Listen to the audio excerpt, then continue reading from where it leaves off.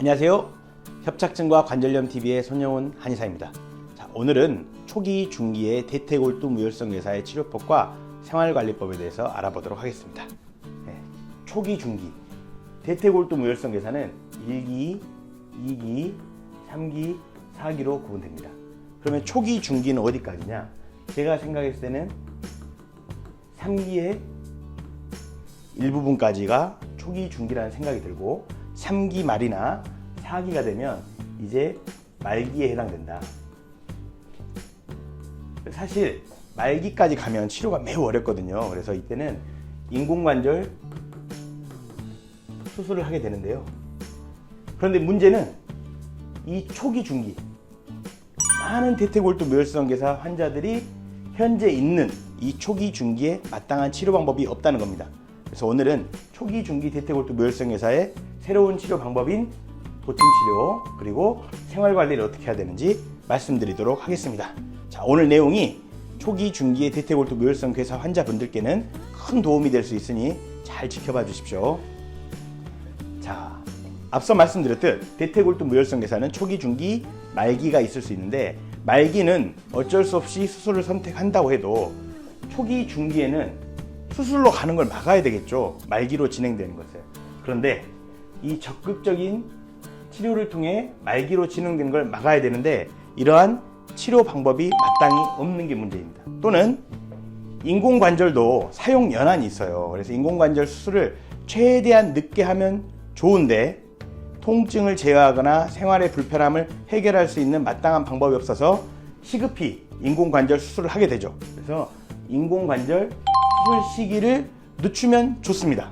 그래서 적극적인 치료를 통해 말기로 진행될 막거나 인공관절 수술 시기를 늦추거나 이럴 수 있는 치료 방법이 필요한 거죠. 자, 두 번째로는 대퇴골두 무혈성 괴사는 한쪽에서 발생하면 반대편에서 발생할 확률이 60%예요.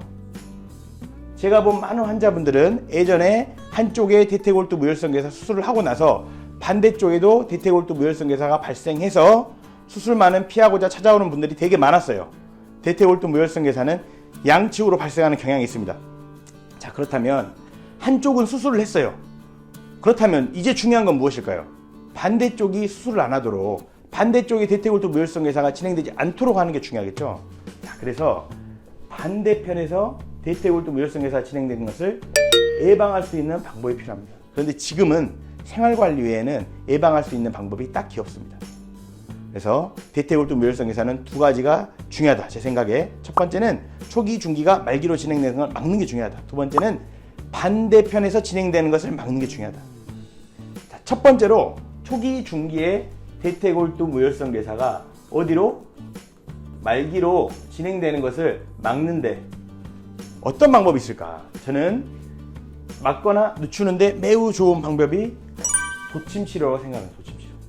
도침이 무엇이냐? 일반 침은 여러분이 아시다시피 끝이 뾰족해요. 도침은 미세하게 끝이 칼 모양으로 되어 있어요. 칼 모양으로. 그래서 이 칼 모양으로 되어 있으면 뭐가 좋냐? 굳은 조직을 어떻게 하는데? 풀어주는데 좋습니다.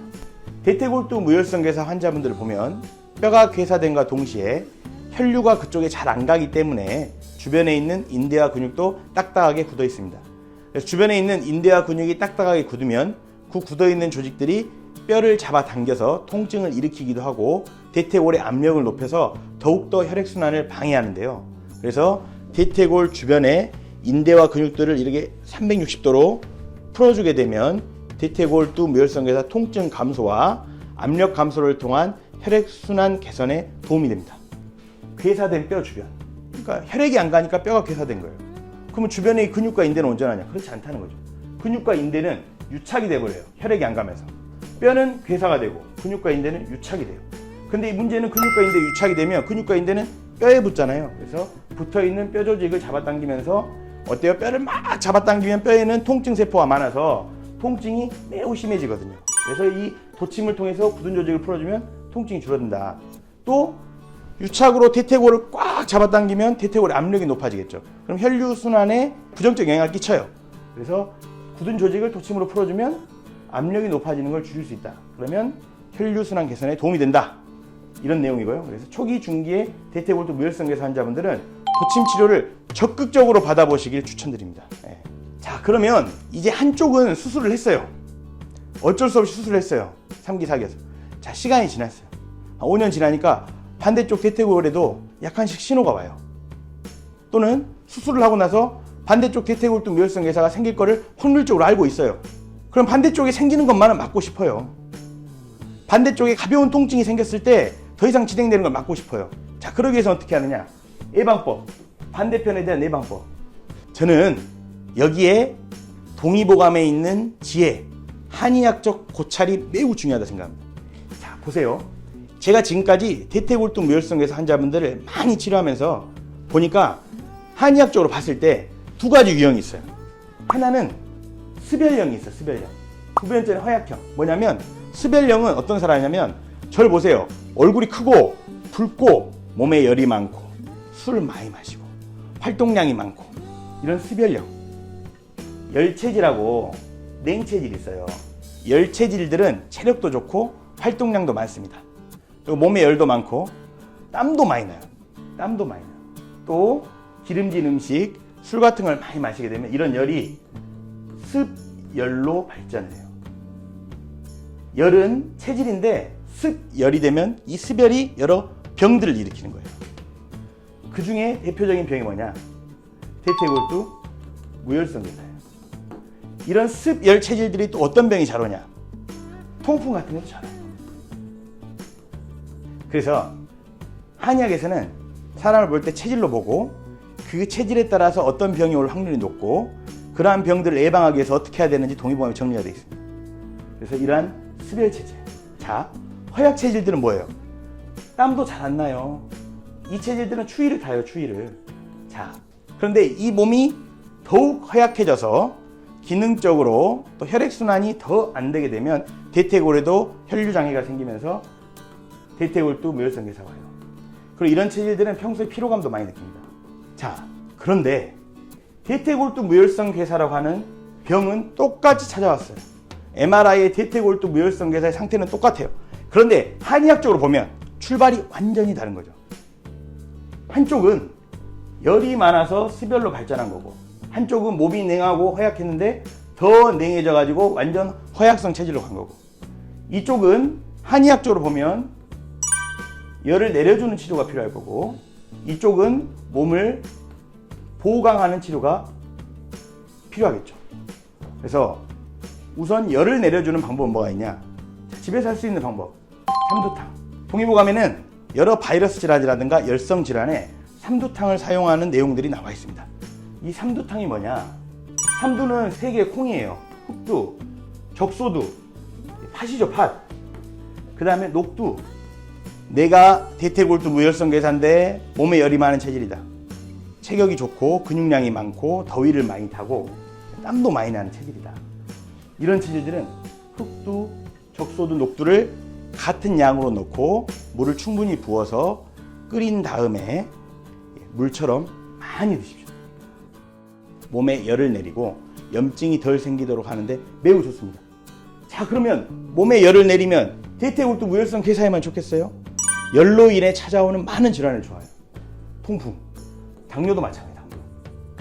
고혈압, 열로 인해서 찾아오는 많은 질환들에 좋습니다. 그래서 몸이 매우 건강해지는 효과가 있어요.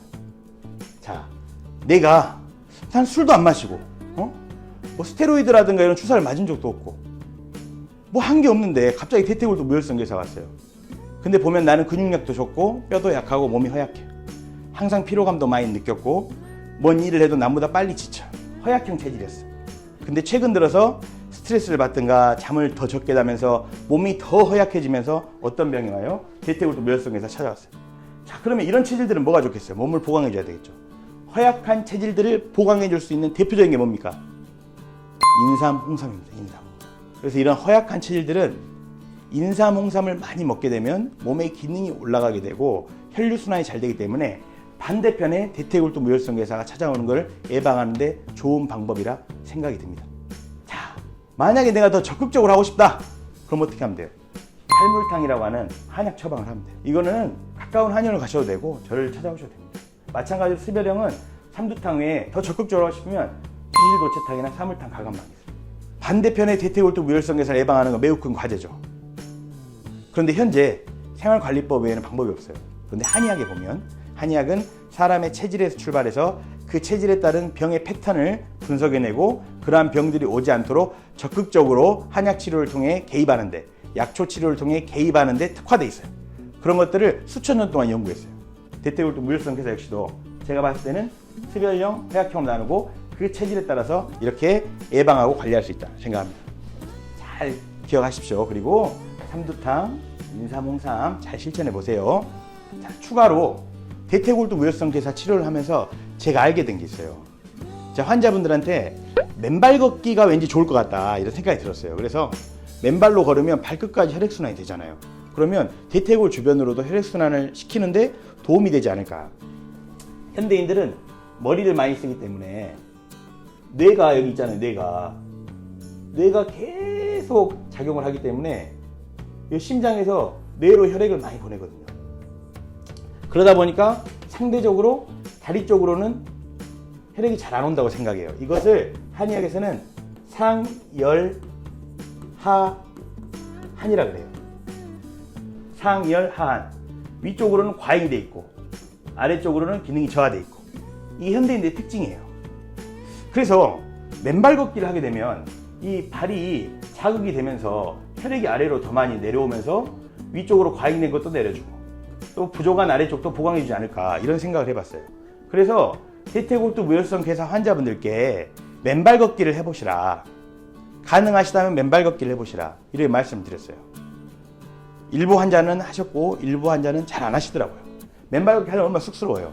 근데 어떤 분들은 진짜 이거 내가 꼭 치료해야 한다는 생각에 맨발 걷기 열심히 하셨습니다.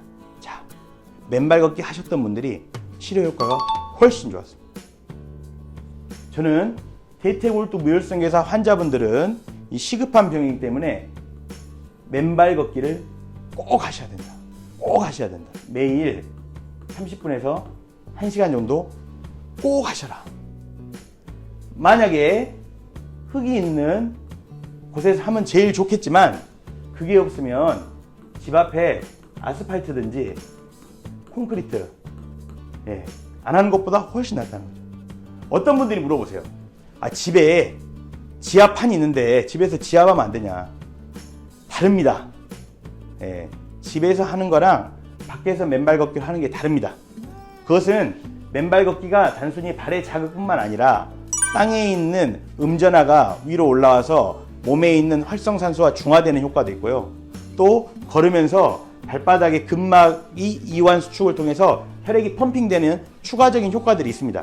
그래서 밖에서 맨발 걷기를 하시는 것이 좋습니다. 집에서 지하판을 하는 것과는 다릅니다. 아셨죠? 꼭 하셔야, 진짜 꼭 하셔야 됩니다. 자, 이번에는 수면.